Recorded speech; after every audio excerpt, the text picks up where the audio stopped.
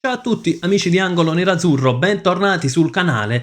Come ormai facciamo di consueto in questo periodo, andiamo anche a vedere le ultime indiscrezioni sul calciomercato dell'Inter e ad analizzare, a valutare un po' quelle che sono le ultime voci.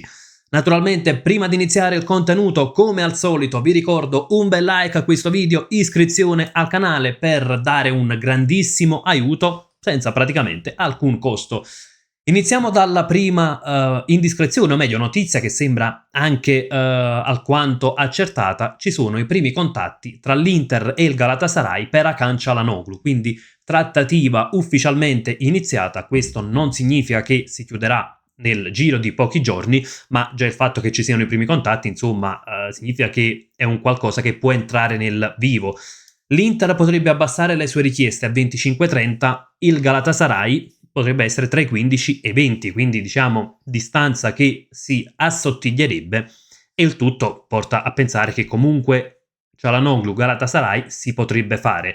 Usiamo il condizionale perché l'affare potrebbe essere subordinato a quello di Victor Osimhen. Ovviamente il Galatasaray spera ancora di riportare il nigeriano in Turchia, è stato in prestito nell'ultimo anno, e dovesse concludere l'affare Osimhen, naturalmente sarebbe più complicato poi andare a prendere anche Hakan Çalhanoğlu, perché ovviamente tra i due calciatori per i costi dei cartellini si supererebbero i 100 milioni.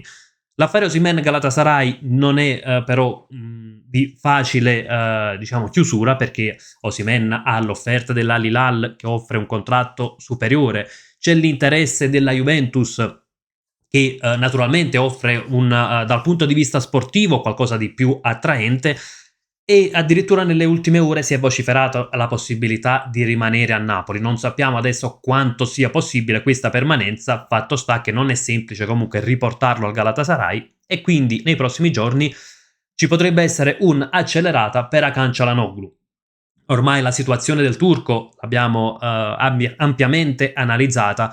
Si è creata comunque si sono create delle condizioni che difficilmente possono far pensare ad una permanenza all'Inter, e quindi la mia sensazione è che nei prossimi giorni vedremo comunque un Galatasaray che partirà con le prime offerte ufficiali, e alla fine si potrà trovare comunque la quadra per la partenza di Hakan Çalhanoğlu. Ovviamente le alternative ne abbiamo parlato già in questi giorni: Ederson il primo della lista, poi ci sono sempre i vari Rovella, Stiller o qualche alternativa più a basso costo, Rios, Frendrup. Tra l'altro, per chi non l'avesse visto, sul canale abbiamo anche analizzato tra le alternative diciamo più costose, quindi Ederson, Rovella, Stiller, quale potrebbe fare maggiormente al caso dell'Inter e soprattutto in quali situazioni. Andiamo avanti, c'è anche un'indiscrezione sulla possibile partenza di Jan Bissek. L'Aston Villa sembra fare sul serio, sarebbe pronto a formalizzare la prima offerta. L'Inter parte da una valutazione di almeno 35 milioni. Dopo l'eventuale partenza di Bissek, ecco, con questi 35 milioni potrebbe partire ufficialmente l'assalto a Leoni del Parma. La mia sensazione è che, per come sono le valutazioni negli ultimi calciomercato, forse Bissek potrebbe anche valere qualcosina in più, almeno toccare circa 40 milioni. È vero, è un calciatore che qualche sbavatura l'ha fatta, però è comunque anche un difensore che ha mostrato tante cose positive. E poi naturalmente ecco, si possono riutilizzare l'eventuale introito dalla cessione di Jan Bissek. Non so se utilizzerei però quasi interamente l'incasso per Leoni. Per quanto detto più di una volta, Leoni sarà sicuramente un buon profilo, però parliamo di un difensore diciottenne, un difensore che praticamente è stato titolare soltanto nell'ultima parte dello scorso campionato. 30, addirittura forse 35 milioni, sembra una cifra davvero altissima. Passiamo anche alla situazione portiere. Si è vociferato nei giorni scorsi di un Galatasaray interessato anche a Sommer. Non è una pista calda al momento, potrebbe però diventarlo, e in quel caso l'Inter, che al momento considera Sommer ancora titolare, potrebbe in un certo senso ammorbidirsi in questa situazione, e quindi provare anche a recuperare qualcosa dalla cessione del cartellino quando Sommer è a solo un anno dalla scadenza.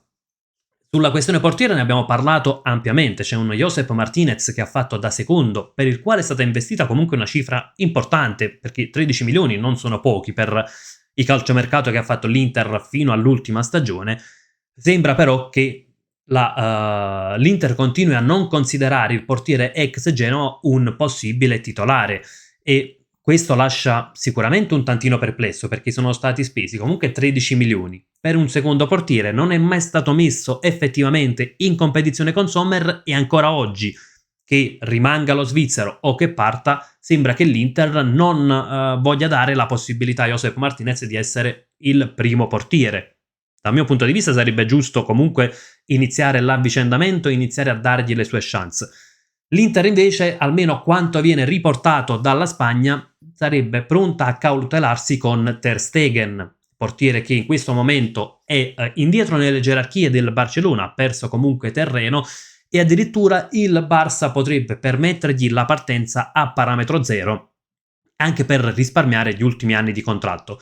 In quel caso prenderemmo sicuramente un portiere valido, però poi mi viene il dubbio, allora Josep Martinez automaticamente posso immaginare che finisca sulla lista dei partenti, perché altrimenti proprio non si spiega l'investimento dello scorso anno. Da premettere, sono comunque delle piste non caldissime, non parliamo di un Galatasaray vicino a Sommer, non parliamo di un Inter vicina a Ter Stegen, sono al momento soltanto degli interessi. Tutto è subordinato all'eventuale poi offerta ufficiale o comunque passi ufficiali del Galatasaray per prendere Jan Sommer, altrimenti la situazione rimarrà quanto appena detto, quindi con Sommer titolare, Martinez da secondo, mi auguro con qualche chance in più per il secondo. Chiudiamo anche con l'ultima indiscrezione, l'Al-Hilal si starebbe muovendo per Francesco Acerbi. Al-Hilal, ricordiamo, la squadra di Simone Inzaghi, che tra l'altro ieri sera è stata sconfitta ai quarti del mondiale per club. Francesco Acerbi sembrava un calciatore dalla permanenza sicura con Simone Inzaghi. La situazione potrebbe cambiare ovviamente con Christian Chivu. L'interesse dell'Al-Hilal non è completamente nuovo, potrebbe muovere i primi passi ufficiali la squadra araba. Dal mio punto di vista io aprirei ad una cessione di Francesco Acerbi per più motivi.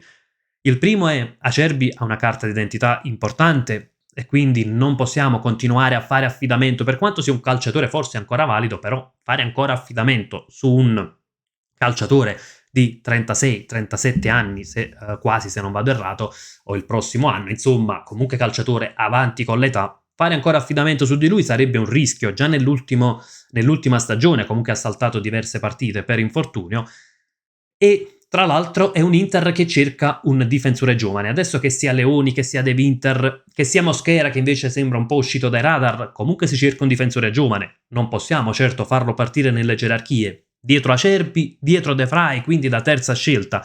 A quel punto tenere solo uno tra Acerbi e De Vrij sembra una scelta decisamente sensata, e per la carta d'identità io terrei più De Vrij che Acerbi. Fatemi sapere anche la vostra nei commenti su queste ultime indiscrezioni di calciomercato, cosa vi aspettate dai prossimi giorni, dalle prossime settimane, se finora in un certo senso vi ha convinto il calciomercato dell'Inter, seppur ci sono tanti pareri negativi, però insomma discutiamone nella sezione commenti. Io vi saluto, come sempre vi lascio con un gran bel Forza Inter!